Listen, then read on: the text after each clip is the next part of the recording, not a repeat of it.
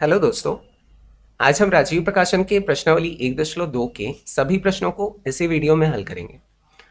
अब राजीव प्रकाशन के प्रश्नों को हल कराते हुए ऐसा लगता है कि ये सब पहले भी हो चुका है या इन प्रश्नों को मैंने पहले भी हल कराया है। इस परिस्थिति को बोलते हैं देजा वू। तो देजा वू में ऐसा लगता है कि ये पहले भी हो चुका है। ऐसा आप लोगों के साथ भी बहुत सारी घटनाओं में ऐसा होता होगा, लगता होगा कि अरे ये तो पहले भी हो चुका है, ऐसा ही सेम टू सेम। तो ऐसा इसलिए हो रहा है क्योंकि जो अरिहंत प्रकाशन के मैं क्वेश्चन सॉल्व कराता हूँ उससे बहुत ही सिमिलर हैं इसके भी क्वेश्चन। तो चलिए प्रश्न संख्या 1 से शुरू करते हैं। नीचे दिए गए कथन सत्य हैं या असत्य, कारण के साथ अपने उत्तर दीजिए। इसका पहला प्रश्न है, प्रत्येक अपरिमेय संख्या एक वास्तविक संख्या होती है। अब वास्तविक संख्याएं क्या होती हैं या रियल नंबर्स किन्हें कहते हैं, ये हम जान लेते हैं। वास्तविक संख्याएं ऐसी संख्याएं जिनमें क्या होते हैं, परिमेय संख्याएं भी होती हैं और अपरिमेय भी होती हैं। परिमेय व अपरिमेय संख्याओं का संग्रह क्या कहलाता है, वास्तविक संख्याएं कहलाती हैं या रियल नंबर्स कहलाती हैं। ठीक है, तो अब यहां देख लेते हैं क्या आप बोल रहा है। प्रत्येक अपरिमेय संख्या एक वास्तविक संख्या होती है। बिल्कुल होती है, क्योंकि प्रत्येक अपरिमेय संख्या किसमें आती है, वास्तविक संख्याओं में ही आती है। तो यह कथन क्या हो जाएगा, सत्य। फिर अगला दिया है, संख्या रेखा पर प्रत्येक बिंदु करणी में m के रूप में होता है जहां m प्राकृत संख्या है। यह असत्य है। क्यों, करणी में m, अगर कोई भी हम m की जगह रखें, कोई भी संख्या, अगर मान लीजिए करणी में m की जगह मैं लेता हूं 1, ठीक है, तो इसे तो हम दिखा सकते हैं संख्या रेखा पर, है ना। अपरिमेय संख्याओं को किस प्रकार से दिखाते हैं ये आगे हम पढ़ेंगे संख्या रेखा पर, ठीक है, और इसी चैप्टर में हम आगे पढ़ेंगे। अब मान लीजिए यहां मैं इसे ऋणात्मक ले लेता हूं, -1 ले लेता हूं, तो अगर किसी भी संख्या का, किसी भी ऋणात्मक संख्या का अगर हम वर्गमूल निकालते हैं तो हमेशा एक काल्पनिक संख्या होती है। तो इसलिए ये कथन क्या हो जाएगा, असत्य, क्योंकि यहां कोई भी नंबर हो सकता है m की जगह, है ना। तो अगर ऋणात्मक हम लेते हैं तो वो एक प्राकृतिक संख्या नहीं हो सकती है, तो इसलिए ये कथन क्या हो जाएगा, असत्य। ठीक, तो ये हो गया असत्य। फिर अगला है, प्रत्येक वास्तविक संख्या एक अपरिमेय संख्या होती है। अब देखिए यहां ठीक पहले वाले का उल्टा पूछ रहा है। प्रत्येक वास्तविक संख्या जरूरी नहीं है कि एक अपरिमेय संख्या हो। जैसे कि मान लीजिए एक मैं संख्या लेता हूं 2, ठीक है, ये अपरिमेय संख्या तो नहीं है, एक परिमेय संख्या है ना। तो प्रत्येक वास्तविक संख्या एक अपरिमेय संख्या हो, ये क्या कथन हो जाएगा, असत्य। ठीक है, अब चलिए अगला प्रश्न देख लेते हैं। अगला प्रश्न है, क्या सभी धनात्मक पूर्णांकों के वर्गमूल अपरिमेय होते हैं, यदि नहीं तो एक ऐसी संख्या के वर्गमूल का उदाहरण दीजिए जो कि एक परिमेय संख्या है। अब सबसे पहले तो हम पूर्णांकों के बारे में जान लेते हैं। पूर्णांक किसे कहते हैं, पूर्णांक या इंटीजर्स,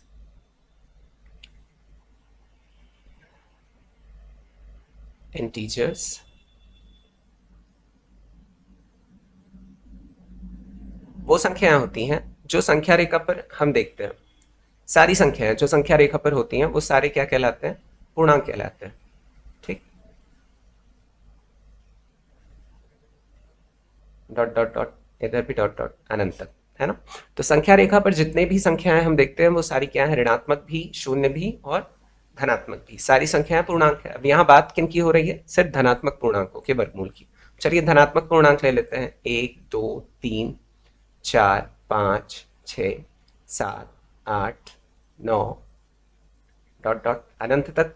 ठीक, अब क्या कह रहा है कि धनात्मक पूर्णांकों के वर्गमूल अपरिमेय होते हैं, यदि नहीं।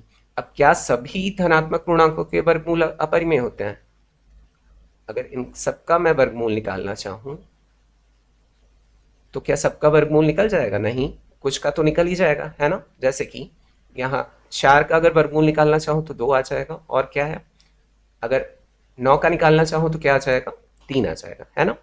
तो यदि नहीं तो एक ऐसी संख्या के वर्गमूल का उदाहरण दीजिए जो कि एक परिमेय संख्या है। तो यहाँ 4 का हम वर्गमूल ले लेते हैं, या 9 का ले सकते हैं, या आगे चलेंगे तो और भी संख्याएं मिल जाएंगी, 16 का मिल जाएगा हमें 4, है ना। तो ये बस इतना ही हमें बताना था, ठीक है। तो ये आप लोगों को पता चल गया होगा कि पूर्णांक किसे कहते हैं। अब चलिए अगला प्रश्न देख लेते हैं। तीसरा प्रश्न है, दिखाइए कि संख्या रेखा पर करणी में 5 को किस प्रकार निरूपित किया जा सकता है। यहाँ हम अपरिमेय संख्याओं को संख्या रेखा पर किस प्रकार से निरूपित करते हैं ये सीखेंगे। तो संख्या जो दी है वो 5। अब इसे ऐसे दो संख्याओं में हमें विभक्त करना है जो कि पूर्ण वर्ग बनाते हो, जैसे कि 1 धन 4, इन दोनों को जोड़ो तो 5 की आना है। 1 का वर्ग 1 ही होता है और 4 किसका वर्ग है, 2 का वर्ग है। यहाँ जो बड़ी संख्या है उसे आधार ले लेते हैं और जो छोटी संख्या है उसे लंब ले लेते हैं। अच्छा, इसका ठीक उल्टा अगर करेंगे तो भी आंसर वही आएगा। एक बार उल्टा भी करके देख लेंगे, जैसे कि आधार इसे ले लेंगे 1 को और लंब 2 को ले लेंगे। तो अब क्या करना है हमें, एक लाइन खींच लेते हैं। अब यहाँ समकोण त्रिभुज की सहायता से हम इसे दिखाएंगे, ठीक है। तो 2 इकाई लेना है, इकाई की जगह हम सेंटीमीटर इंच कुछ भी ले सकते हैं अपने सुविधानुसार, और एक लंब ले लेते हैं, ठीक। अब यहाँ से यहाँ इसका नाम दे देते हैं हम,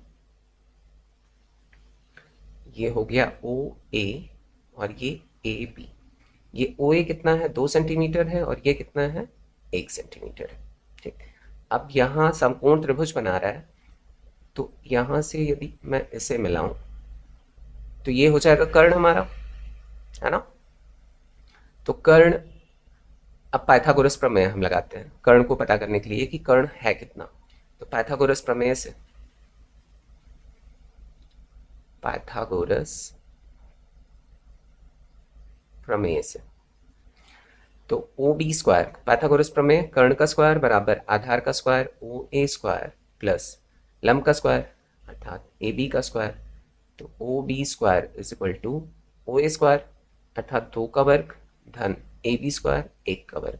तो ये कितना हो जाएगा, 4 धन 1, और जुड़ेगा तो कितना आ जाएगा, 5। तो ओ बी स्क्वायर बराबर कितना मिला, 5। स्क्वायर यहाँ से हटा के इधर भेजेंगे तो ओ बी बराबर कितना मिल जाएगा, करणी में 5, अर्थात कर्ण कितना मिल गया हमें, करणी में 5 मिल गया।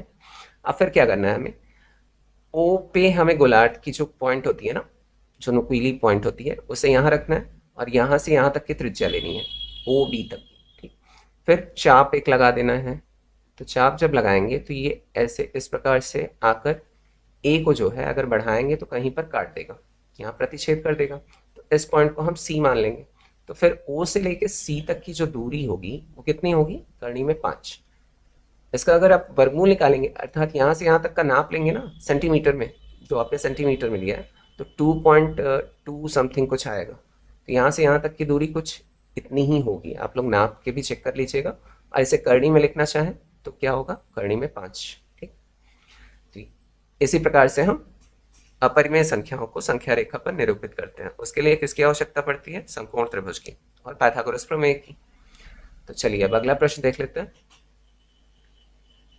अच्छा, यहाँ उल्टा बताना रह गया। अब चलिए एक बार ना ऐसे ले लेते हैं हम, आधार, एक को आधार ले लेते हैं, तो भी सेम ही आना है। आप लोग खुद से प्रैक्टिकल करके देख लीजिएगा, सेम आएगा तो कमेंट करके बताइएगा, ठीक है। और 2 को ले लेते हैं लब, ठीक, उल्टा ले लिया। अब क्या करना है हमें, सेम काम, नीचे, सॉरी थोड़ा टेढ़ा खिंच गया, तो ये 1 सेंटीमीटर ले लिया और यहाँ पर ले लिया मैंने 2 सेंटीमीटर, और फिर यहाँ जो मिलेगा वो हो जाएगा हमारा कर्ण। आप लोग खुद से प्रैक्टिकल करेंगे ना, तब आप लोगों को बहुत अच्छे से समझ में आ जाएगा कि अगर उल्टा लेते हैं तो भी आंसर क्या आना है, सेम। तो ये कितना है, 1 सेंटीमीटर है। चलिए इसे भी ओ ए ले लिया और ए बी हो गया। अब फिर ये कितना है, 2 सेंटीमीटर है। तो अगर इसका भी हम पाइथागोरस प्रमेय की सहायता से निकालें तो क्या आएगा, ये O B square is equal to O A square plus A B square is equal to 1 का स्क्वायर प्लस 2 का स्क्वायर। यहाँ भी 1 प्लस 4 ही आना है, फिर 5 मिलेगा। तो ओ बी स्क्वायर बराबर 5 मिला, तो ओ बी बराबर कितना हो जाएगा, करणी में 5। तो ये किसी भी परिस्थिति में क्या मिलना है हमें, करणी में 5। अब यहाँ से यहाँ तक की दूरी जब लेंगे तो ये ज़्यादा मिलेगा ना हमें, क्योंकि ये लंबाई में ज़्यादा हो गया, तो ये ज़्यादा मिलेगा। तो जब हम चाप लेंगे तो ये थोड़ा सा आगे जाके मिलेगा, अर्थात यहाँ से यहाँ तक की जो दूरी मिलेगी, इसे बढ़ाएंगे हम तो ये पूरी दूरी कितनी होगी, करणी में 5 ही मिलेगा। तो ये आप लोग अपने से खुद से प्रैक्टिकल करके देखेंगे तो बहुत अच्छे से समझ में आएगा, ठीक है। फिर से यहाँ से यहाँ तक की नाप लेंगे ना, अर्थात वर्गमूल करनी में 5 का निकाल के, तो 2.2 समथिंग आएगा, यहाँ पे 2.283 ऐसा कुछ आता है, और डॉट डॉट आगे भी आता है, तो 3 अंकों तक निकाल लीजिएगा वर्गमूल। अगर वर्गमूल निकालना नहीं आता है आप लोगों को किसी भी अपरिमेय संख्याओं का वर्गमूल ना, तो उसके लिए मैंने एक वीडियो निकाला है, सॉरी वीडियो अपलोड किया है, उसका लिंक जो है वो डिस्क्रिप्शन में डाल दूंगा, वहां से आप लोग देख लीजिएगा, ठीक है। तो चलिए अब अगला प्रश्न देख लेते हैं हम।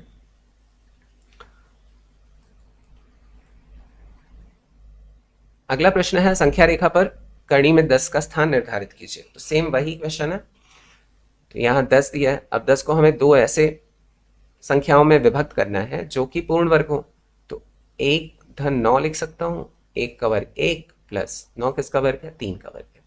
तो यहाँ बड़ी जो संख्या है उसे ले लिया आधार, और जो छोटी संख्या है उसे ले लिया लंब। फिर वही करना है हमें। अब 3 इकाई लेना है, अर्थात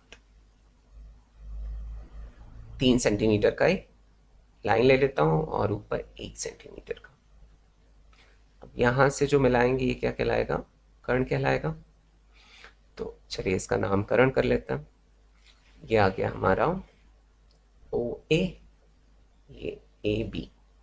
अब फिर यहाँ से यहाँ तक की दूरी कितनी है, 3 सेंटीमीटर है, और ये कितनी है, 1 सेंटीमीटर है। तो फिर से वही करेंगे हम, ओ बी स्क्वायर, पाइथागोरस प्रमेय लगाएंगे, O B square is equal to O A square plus A B square is equal to O A square कितना दिया है, 3 का स्क्वायर प्लस 1 का स्क्वायर, ये 9 प्लस 1 इज इक्वल टू 10। तो ओ बी स्क्वायर बराबर कितना मिला, 10 मिला। तो ओ बी बराबर कितना हो जाएगा, √10 हो जाएगा। तो यहाँ का कितना मिल गया, करणी में 10 मिल गया, अर्थात करणी में 10 है। तो फिर हम क्या करना है, यहाँ से यहाँ तक की त्रिज्या लेनी है गोलार्ध की सहायता से। फिर एक जब चाप लगाएंगे तो ये ऐसे आके कहीं पे मिल जाएगा। तो इस रेखा को अगर आगे बढ़ाएंगे तो यहाँ पर आके प्रतिच्छेद करेगा, ये हो जाएगा सी। अब ओ सी अर्थात ओ से लेके सी तक की दूरी, यहाँ से यहाँ तक की दूरी पूरी कितनी हो जाएगी, करणी में 10 हो जाएगी। बस इतना सिंपल है करना, ठीक है। तो होप आप लोगों को अच्छे से समझ में आया होगा। तो जैसा कि मैंने बताया कि इसे उल्टा लेकर देखिएगा और प्रैक्टिकल करके आप लोग बताइएगा कमेंट में कि आप लोगों का आंसर जो है सही आया है कि नहीं, ठीक है। तो चलिए फिर मिलते हैं नेक्स्ट वीडियो में। Thanks for watching video, take care, bye bye.